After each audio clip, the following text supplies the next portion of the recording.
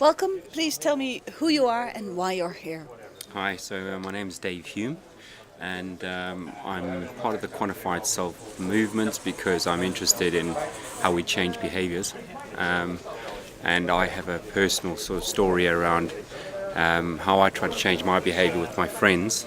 We're all sort of in the middle age of our lives now and steadily expanding as we get older. And Expanding, you mean as in growing? getting larger, and we all done fairly well in our lives, and we've got reasonably good jobs. But as we chase the next big promotion, the next big deal over dinner and wine and stuff like that, we're starting to live beyond our means, and getting unhealthy. And despite the fact that we all are quite active and fit and at least try and keep ourselves in shape, we just don't seem to be getting a grip of it. So on average, every year we're putting on between 1 and 1.5 kgs. And I did a little spreadsheet for the chaps, and I said, look, if we check our weight when we left university to where we are now, and if we carry on with this extrapolation, we'll be about 115 kgs by the time we're 45. And that's a very poor picture, so we've got to do something to stop it. And they all agreed. They did indeed, and I said to them, okay, give me all £1,000, and I put it into an account, and with that £1,000 you have an obligation to come and stand on the scales in our local bar on the first Sunday of every month. And you stand on the scales. You stand on the scales, and if you put on as much as a gram from the last time you stood on the scales, then your £100 for that month goes to your friends. So it's a kind of game to make sure that we're all conscious of each other's behavior, and for the first time we've made sort of weight management or weight loss rock and roll for middle-aged men. It's a lot more sexy now that it's money involved. So we've been playing the game for about a year and a half now, and we haven't really lost weight, but we've stopped getting fatter, which is a definite positive sign. I then realized that the Quantified Self community are tracking their weight a lot of the time, and there's a small section within the Quantified Self community that are having the same problem as my friends and I are. So we've been working with some people here to now industrialize this, put it online, make it a service available to the general public. And it's starting So we can all play the game. We can all play the game, and not necessarily just for weight loss. We've used the same behavioral mechanics to do number of steps climbed in a day, or number of steps taken in a week, or laps swum, or I think one of the interesting things we've got is we can use any gadget that you've got, so Run Keeper, Fitbit, Nike Fuel Band, and sell you an activity pet with that. So for £30 you get a virtual pet, and you've got to take that pet running 3 times a week for 25 minutes, and we use the data from your device to validate that you're living up to your side of the bargain. But if you don't, your pet dies, and then it goes into the cemetery, and all the pets that are alive get to live off it. So it's very much like the Tamagotchi. Tamagotchi. Tamagotchi for adults, And the nice thing is that you don't need to change your device. You can stay with your existing device.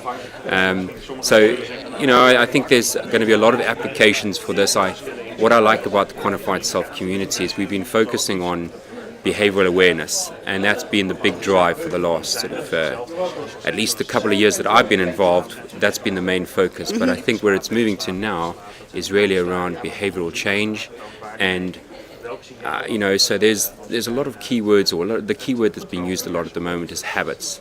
But I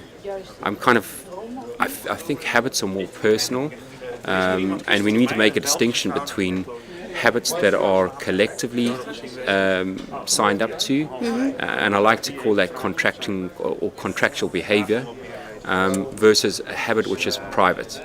Now I'm far more interested in collective habits, because I think that in order for me to keep a habit or a regime up, I need to change my friends, or at least include my friends in that drive, because then it's far more easy for me to keep the peer pressure. yes, and also just And the fun of it all is so, the couple of days before I stand on the scales, all my friends are always trying to buy me pies and hamburgers. So they're like, "Oh, you're looking so thin, get another beer down you."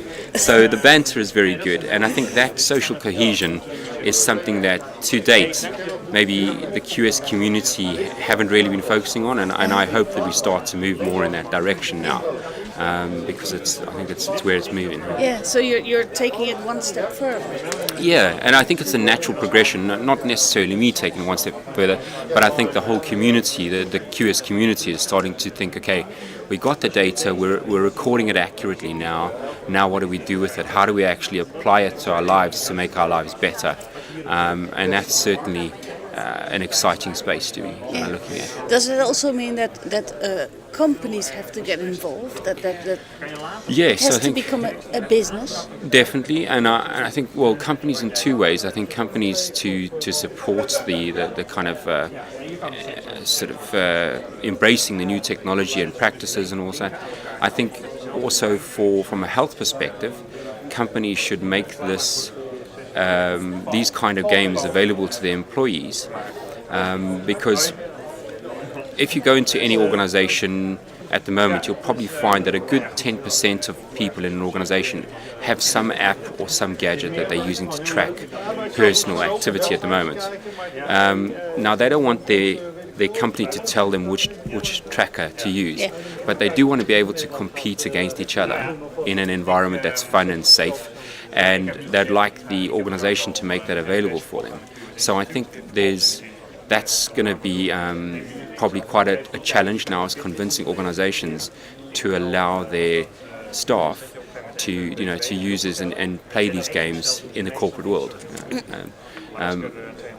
We've been speaking to some people around it, and there's a little apprehension at the moment. Firstly, the money side of things is perceived to be quite aggressive, so they're a little bit concerned as to whether that's going to be viewed in the right manner. In what way you mean aggressive?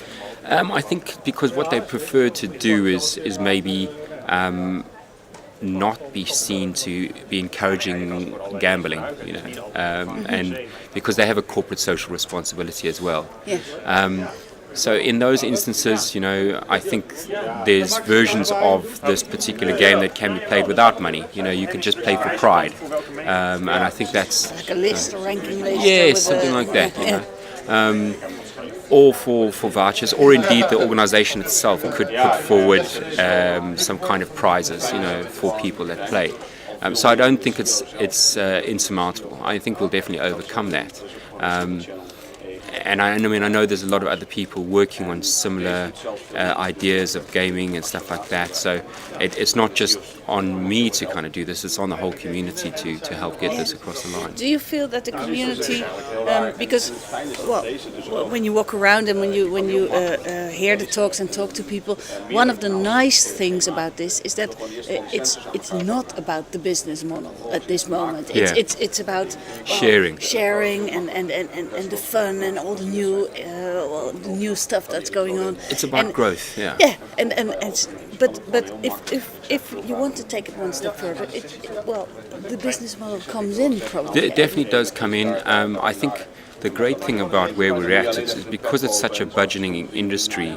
There's a lot of space for all of us, So if you come into it with a scarcity kind of mindset, you soon realize that even if, even the big players like the Nikes and the Googles and the Samsungs and the iPhones, they can't even take control of the market. It's so big, So there's definitely space for smaller players, and that's, I think, what's making this such an exciting space, is that you can be just an individual person and start to make a difference, And you can build up a business small and steady as you go.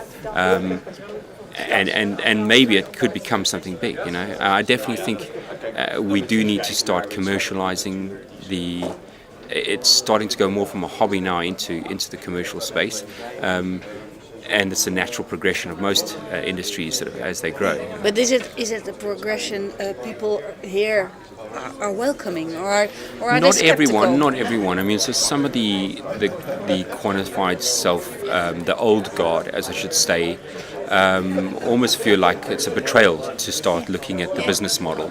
They want to do it just for them, personal understanding. And I can sympathize with those people. I think we've always got to understand that there's people that just want to know themselves better. For me, it really is about how do we make this more accessible and easy for everyone to use. So I give an example in my particular user case.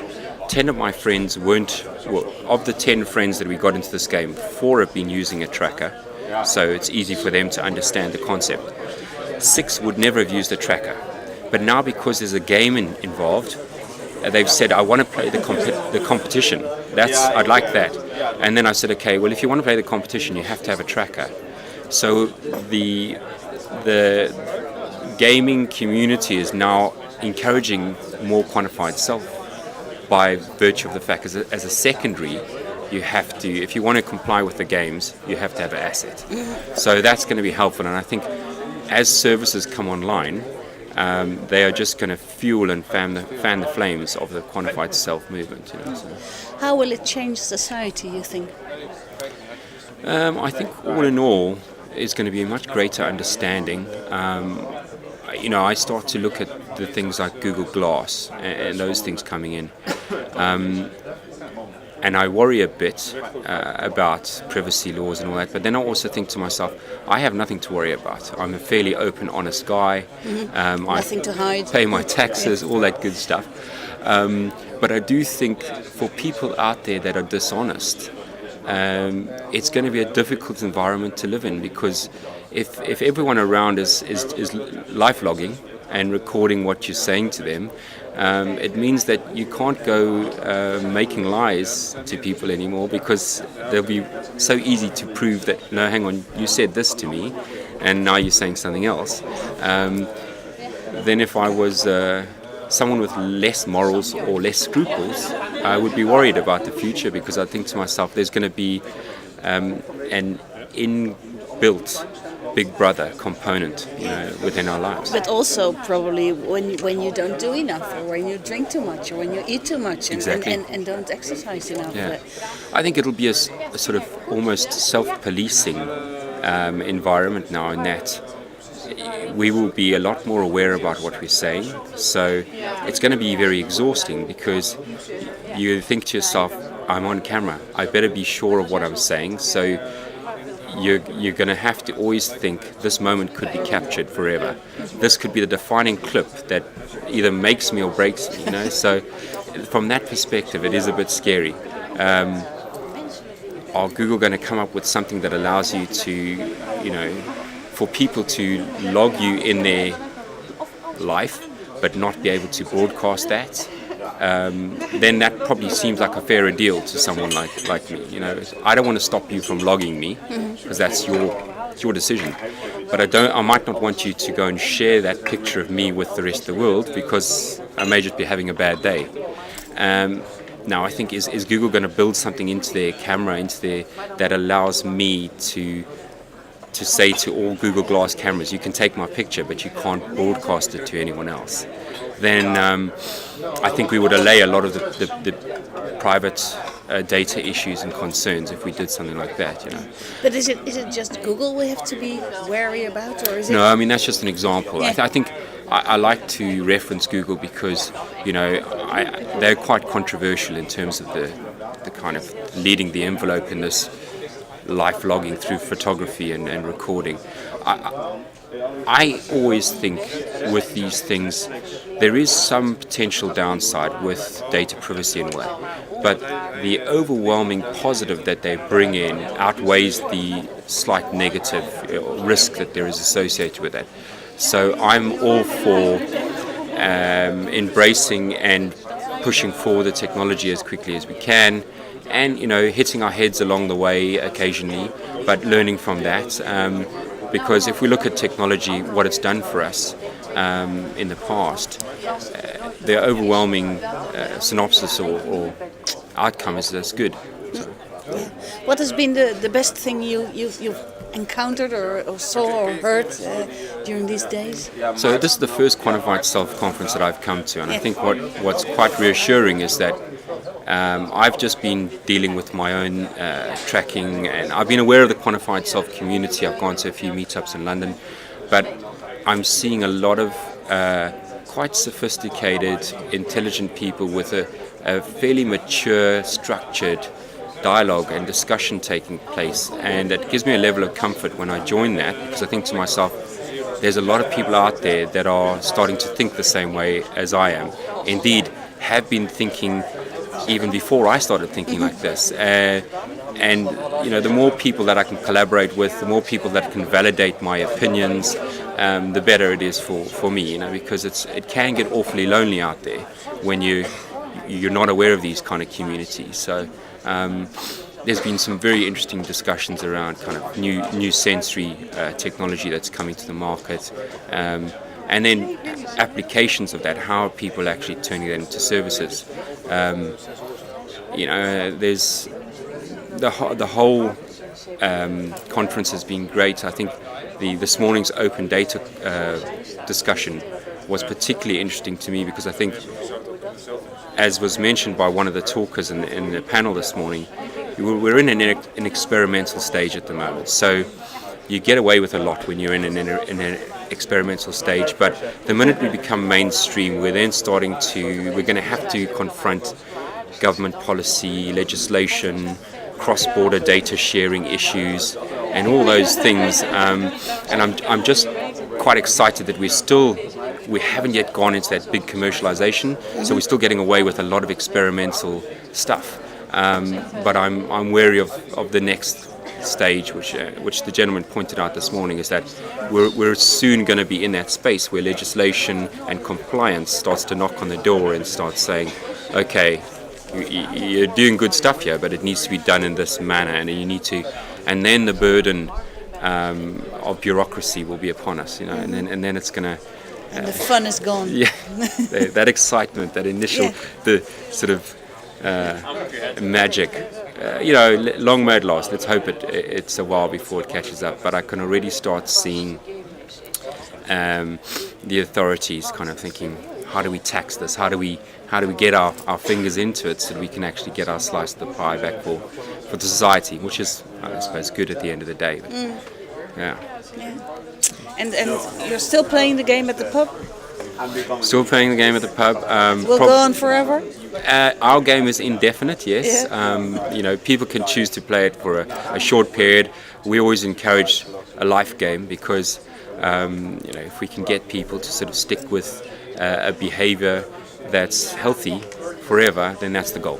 So. And you don't want to change the rules or even up the game, that you don't stay at the same level, but lose. I tell you what we have got is there's a bit of a disparity in terms of earning potential in my group of friends.